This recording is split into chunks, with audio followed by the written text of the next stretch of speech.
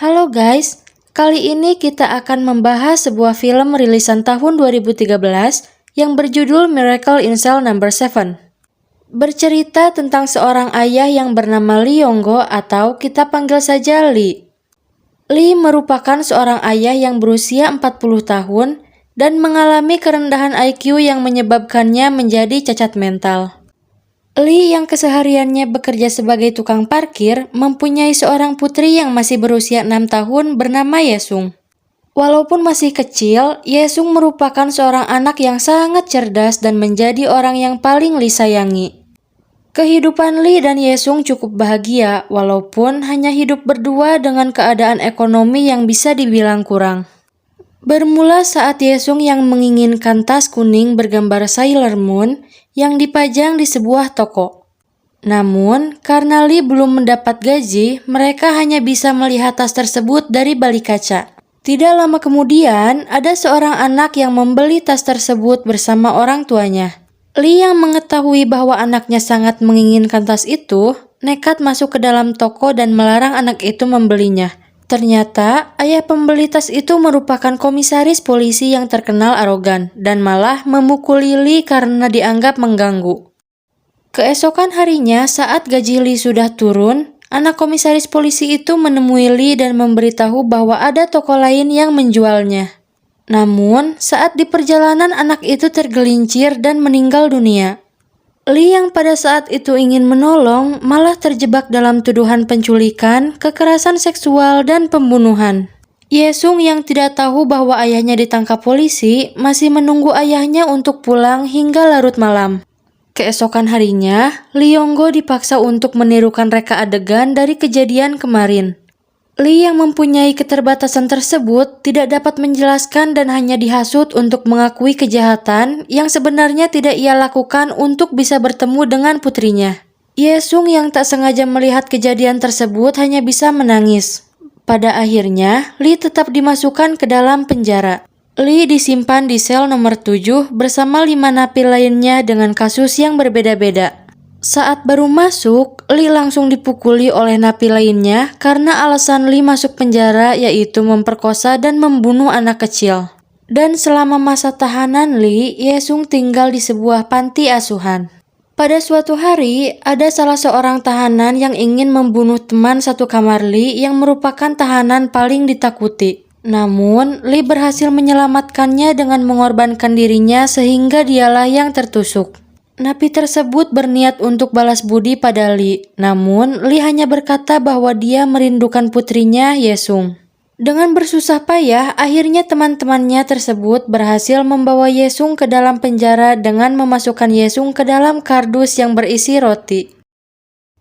Pada akhirnya, Lee dapat bertemu kembali dengan Yesung yang membuat mereka sangat senang.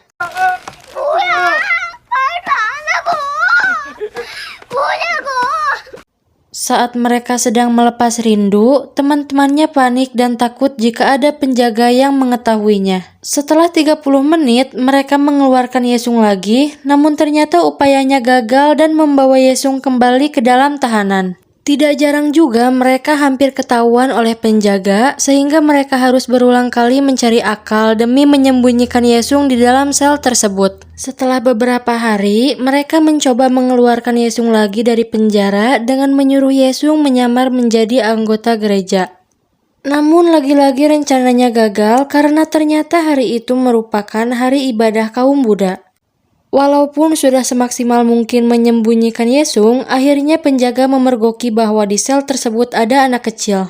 Akibat dari kejadian itu, akhirnya Lee Yong-go disiksa oleh sipil penjara tersebut dan diikat serta ditaruh di ruang isolasi. Sementara itu, Yesung sudah dikembalikan ke panti asuhan dan membuat Yesung menangis tanpa henti. Di malam yang sama, ada seorang napi yang membuat kegaduhan dan ia membakar selnya. Dia marah karena dia tidak pernah diperbolehkan untuk bertemu dengan keluarganya. Seluruh napi pun disuruh keluar dan lari menyelamatkan diri karena api yang semakin membesar. Lee yang melihat kepala penjara terjebak di ruangan berusaha membantunya keluar sehingga lagi-lagi ialah yang terluka. Di sisi lain, Yesung menjalani hari-harinya di panti asuhan. Karena selalu tampak murung, gurunya pun menyuruh Yesung untuk bercerita padanya. Kemudian, dia meminta guru itu untuk menemaninya ke penjara dan menemui ayahnya. Kebahagiaan pertemuan mereka ternyata dilihat oleh kepala penjara dengan perasaan sedih. Hingga waktu berkunjung pun habis dan mereka harus dipisahkan. Sejak saat itu, kepala penjara terus terpikir akan tingkah Lee Yong-go yang tidak masuk akal jika dia yang melakukan penculikan dan pembunuhan. Karena merasa berhutang budi, kepala penjara itu menyuruh sipir untuk memberikan hadiah kepada Lee Yong-go sebuah kardus yang ternyata berisi Yesung. Semua sangat terhibur dengan kehadiran Yesung di dalam sel.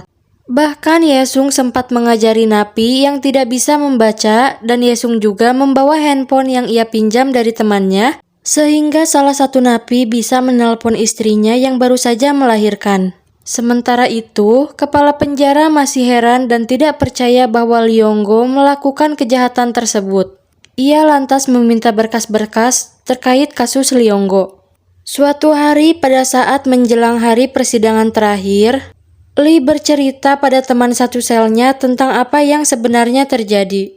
Teman-temannya pun berusaha menganalisa kejadian tersebut dan menyimpulkan bahwa anak komisaris tersebut tewas bukan karena dibunuh, melainkan karena jatuh terpeleset dan kepalanya yang tertimpa batu.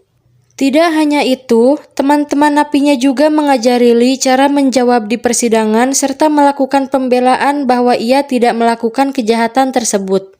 Tibalah saat hari persidangan terakhir dan saat giliran Lee Yong-go berbicara, namun tanpa disangka Lee malah mengakui semua kejahatan tersebut. Banyak orang yang kecewa dengan pernyataannya termasuk kepala penjara. Dia membela Lee dan berkata bahwa Lee sedang di bawah tekanan secara psikologis sehingga ia mengakui hal yang tidak dia lakukan. Akhirnya semua tampak bingung karena kejadian tersebut dan akhirnya Lee dijatuhi hukuman mati. Hari-hari terus dilalui di dalam sel. Sementara itu, teman satu kamarnya yang merasa kasihan merencanakan sesuatu untuk Lee pada acara tahunan penjara. Mereka membuat sebuah balon udara yang rencananya akan menerbangkan mereka keluar dari penjara. Namun ternyata mereka tidak terbang jauh karena tali yang tersangkut pada pagar yang berduri. Pelarian tersebut pun gagal. Namun, karena Lee tidak mengerti, ia hanya tersenyum karena dia terbang bersama anaknya. Mereka pun akhirnya kembali ke sel penjara. Pada saat itu, para napi menatap sedih pada Lee dan putrinya. Ternyata hari itu merupakan hari di mana Lee dieksekusi. Diiringi oleh kepala penjara dan sipir, Lee dan Yesung terus berpelukan di sepanjang lorong. Lee akhirnya memberikan pesan terakhir pada Yesung dan mereka masih sempat untuk bercanda. Namun pada akhirnya Lee menyadari bahwa dia akan meninggalkan putrinya untuk selamanya.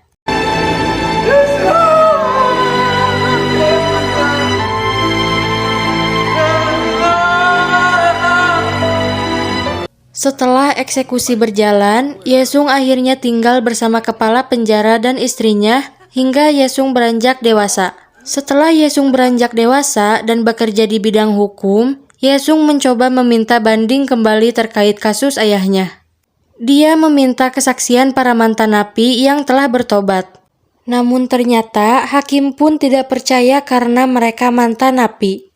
Sampai akhirnya Yesung memanggil kepala penjara sebagai saksi dan memberikan kesaksian terhadap analisis yang memperlihatkan bahwa Lee bahkan tidak becus saat menulis. Setelah beberapa kali sidang, akhirnya Lee dinyatakan tidak bersalah dan Yesung berhasil mengembalikan nama baik ayahnya walaupun sudah tiada.